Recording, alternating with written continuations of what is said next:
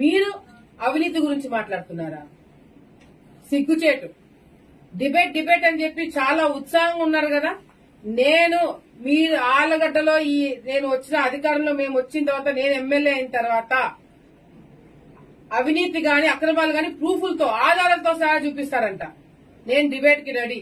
రేపు సాయంత్రము ఎవరైతే డిబేట్ కావాలని చెప్పి మొత్తుకుంటున్నారో అదే వైసీపీ నాయకులకి నేను హెచ్చరిస్తున్నాను. రేపు సాయంత్రము ఎవడైతే ప్రెస్ మీట్ పెట్టి డిబేట్ కి రెడీ అన్నారో వాడింట్లోనే నేను డిబేట్ కి వస్తున్నాను.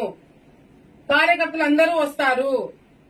నిజంగంటే నీకు చిత్తశుద్ధి ఉంటే, నిజంగంటే నీ మాట మీద నువ్వు ఉండగలుగుతుంటే వైసీపీ వాళ్ళందరికీ చెప్తున్నా, ఆడొక్కడికే కాదు, ఎక్స్ ఎమ్మెల్యేతో సహా ఎవరైతే అవినీతి జరుగుతుంది, ఎమ్మెల్యేలు చాలా అక్రమాలు చేస్తున్నారని చెప్పి మాట్లాడుతున్నారో నేను డిబేట్ కి రెడీ. రేపు సాయంత్రము మీ ఇళ్లకు వస్తున్నాము.